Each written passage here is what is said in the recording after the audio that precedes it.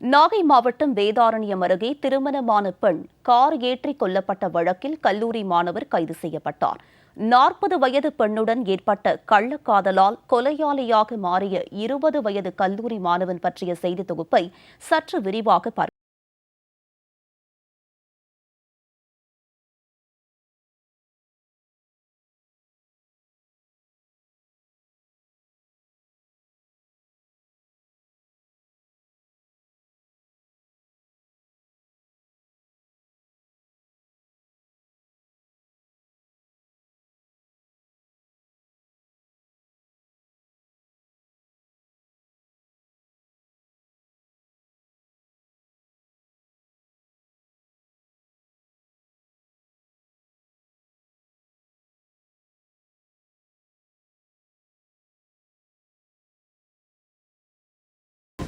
இதனையடுத்து வழக்கு பதிவு செய்த வேதாரண்யம் போலீசார் இரத்த காயங்களுடன் சடலமாக கடந்த பெண்ணின் உடலை மீட்டு உடற்கூராய்விற்காக நாகை அரசு மருத்துவமனைக்கு அனுப்பி வைத்தனர்.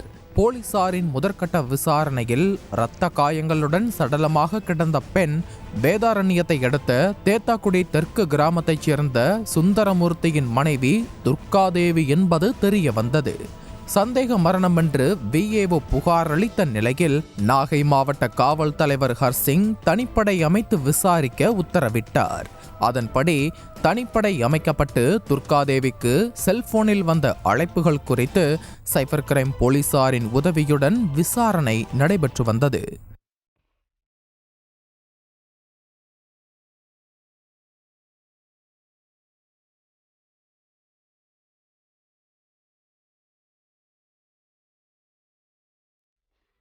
அதன் அடிப்படையில் துர்காதேவிக்கு அடிக்கடி செல்போனில் தொடர்பு கொண்ட புஷ்பவனம் கிராமத்தைச் சேர்ந்த அருண் என்ற கல்லூரி மாணவரை பிடித்து போலீசார் விசாரணை நடத்தினர்.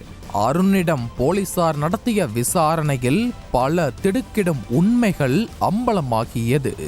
சேலத்தில் உள்ள தனியார் கல்லூரியில் படித்து வந்த அருண் கொல்லிமலையில் விளையும் மிளகு, பூண்டு மற்றும் ஏலக்காய் பொருட்களை விற்பனை செய்வதாக வாட்ஸ்அப் குரூப்பில் விளம்பரம் செய்திருக்கிறார். அருணின் வாட்ஸ்அப் விளம்பரத்தை குரூப்பில் பார்த்த 40 வயதை நெருங்கி துர்காதேவி உணவுப் பொருட்களின் விலை குறித்து கேட்க துர்காதேவியிடம் நயமாக பேசி வலை விரித்திருக்கிறார் கல்லூரி மாணவர் அருண்.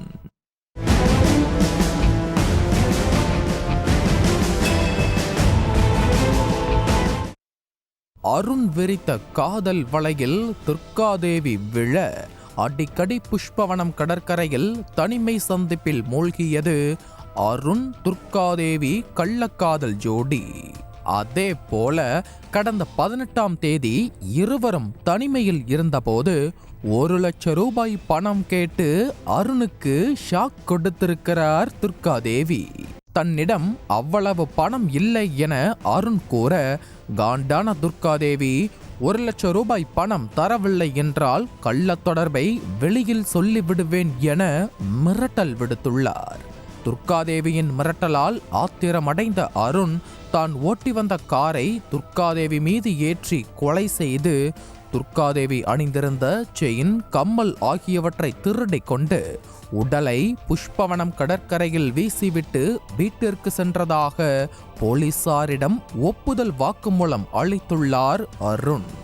இதனையடுத்து துர்காதேவி சந்தேக மரண வழக்கை கொலை வழக்காக மாற்றிய போலீசார் கல்லூரி மாணவர் அருணை கைது செய்து கொலைக்கு பயன்படுத்திய மாருதி சுசுகி காரையும் பறிமுதல் செய்திருக்கின்றனர். ஜெயா பிளஸ் செய்திகளுக்காக வேதாரண்யம் செய்தியாளர் பிரவீன்குமார்.